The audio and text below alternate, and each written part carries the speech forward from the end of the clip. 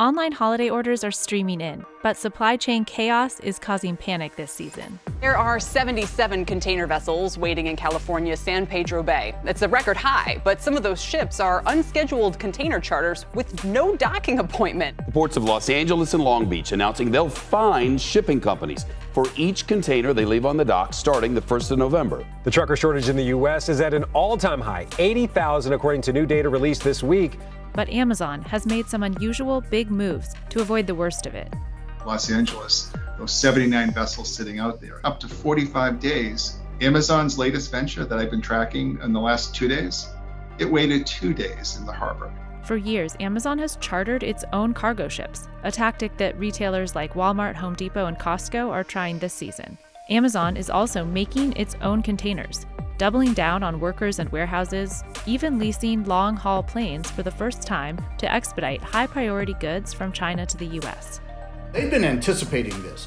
So they've been taking steps since 2020 to alleviate the issues that other retailers are going to have. So Amazon will not be as impacted as other retailers, but they're not immune to this. Amazon has seen a 14% rise in out-of-stock items since the start of the year, and prices on the site are up an average of 25%. The consumer has been feeling price increases in everything that they're purchasing. I mean, ultimately, when there's an increase in the cost of transportation, it gets passed down to the consumer. We talked to former Amazonians, maritime lawyers, and supply chain experts about all the bold but costly ways Amazon is trying to skirt the shipping delays plaguing other retailers this holiday season.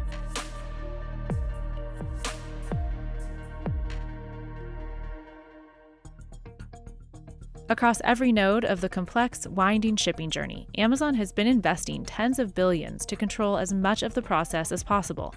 The more Amazon controls each node, the less it has to pay outsiders like UPS and the U.S. Postal Service to ship its goods, and the less vulnerable its goods are to delays impacting the rest of the industry. Amazon always understood they didn't want to be the largest retailer, they wanted to be the largest logistics company. Amazon spent more than $61 billion on shipping in 2020, up from just under $38 billion in 2019.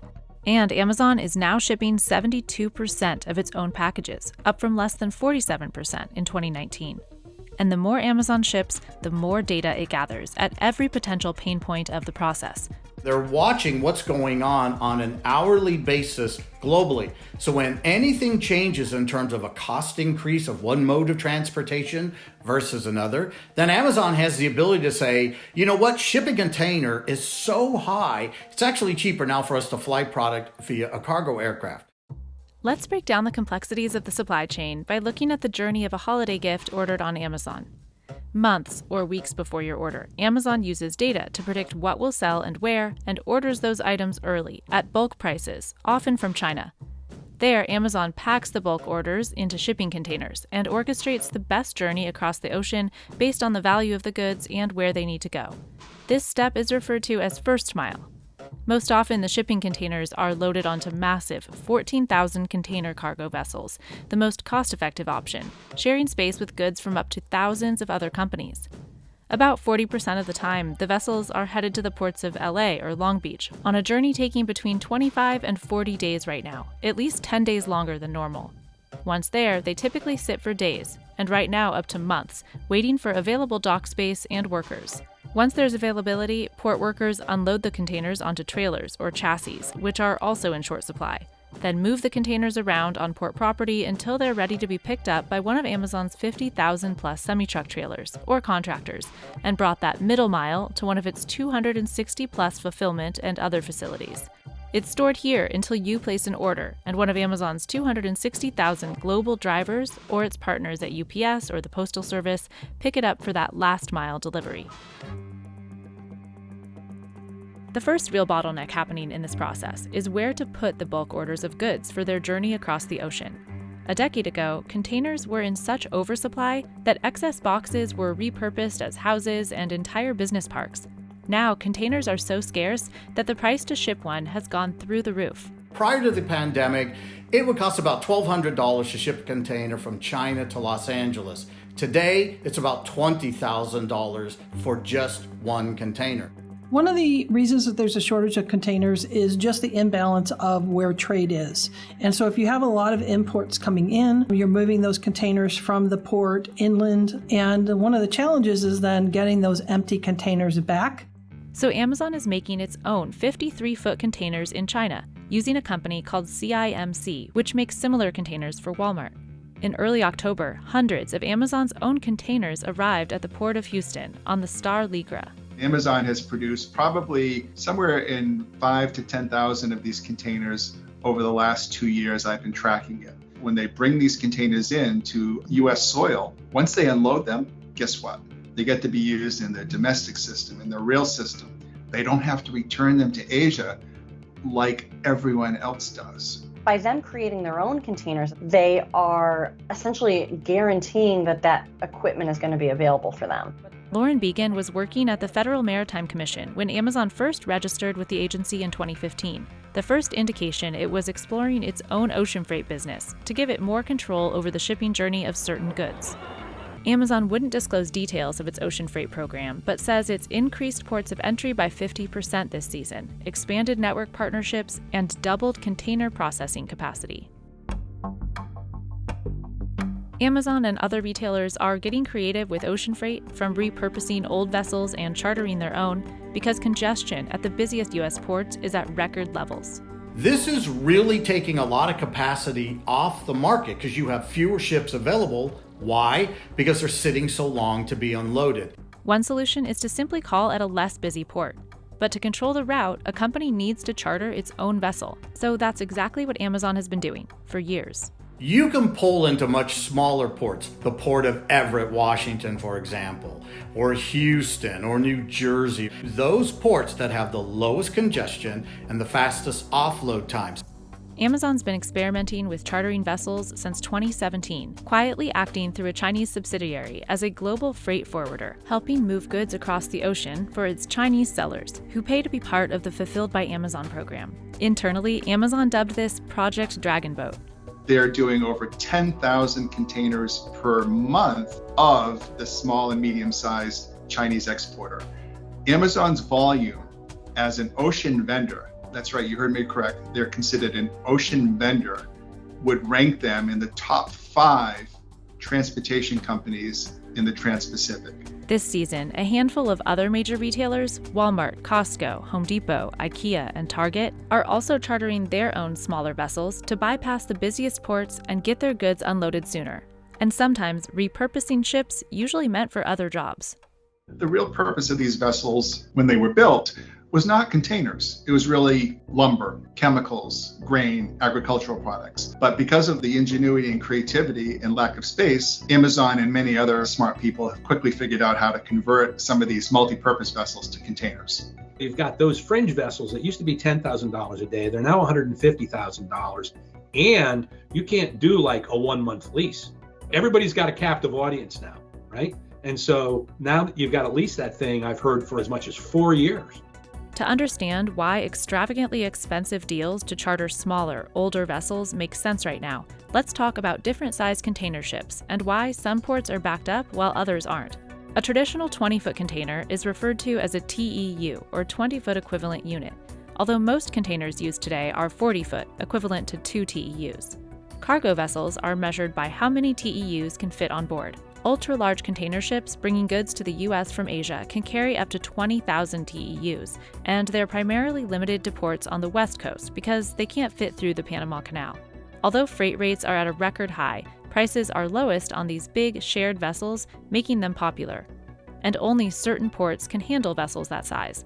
That's why 40% of shipping containers entering the U.S. pass through the ports of LA and Long Beach, causing a backlog. Smaller cargo ships that can fit through the Panama Canal carry as little as 1,000 TEUs and cost about double the price of moving cargo on the larger shared vessels. But the flexibility to dock and unload quickly at any number of ports may translate to on-time deliveries. When leasing a ship that can only carry about 1,000 containers, you're actually paying twice as much to move your containers. But what choice do you have as a retailer? You don't want to be the person that doesn't have goods on the shelf, right?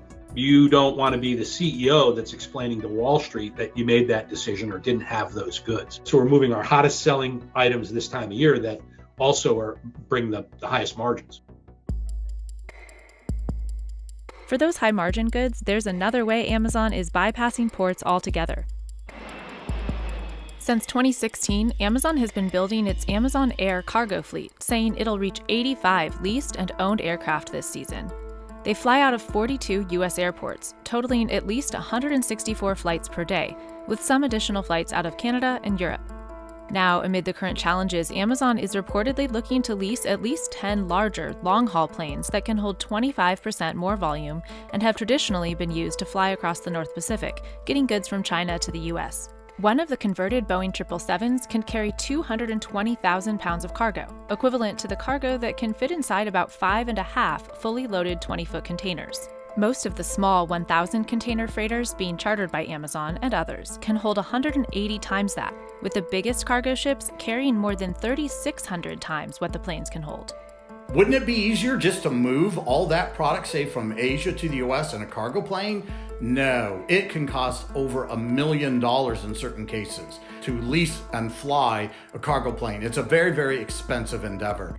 Another strain on the supply chain that's gotten costlier is manpower. We've been hearing a lot about the Great Resignation with a lot of jobs going open and unfilled. So I think companies are looking to get very creative in attracting labor. It might be signing bonuses, higher pay. To fight the worker shortage and a reputation for relentless workload and breakneck speed, Amazon says it's offering sign-on bonuses of up to $3,000 to all the 150,000 seasonal workers it's hiring this year.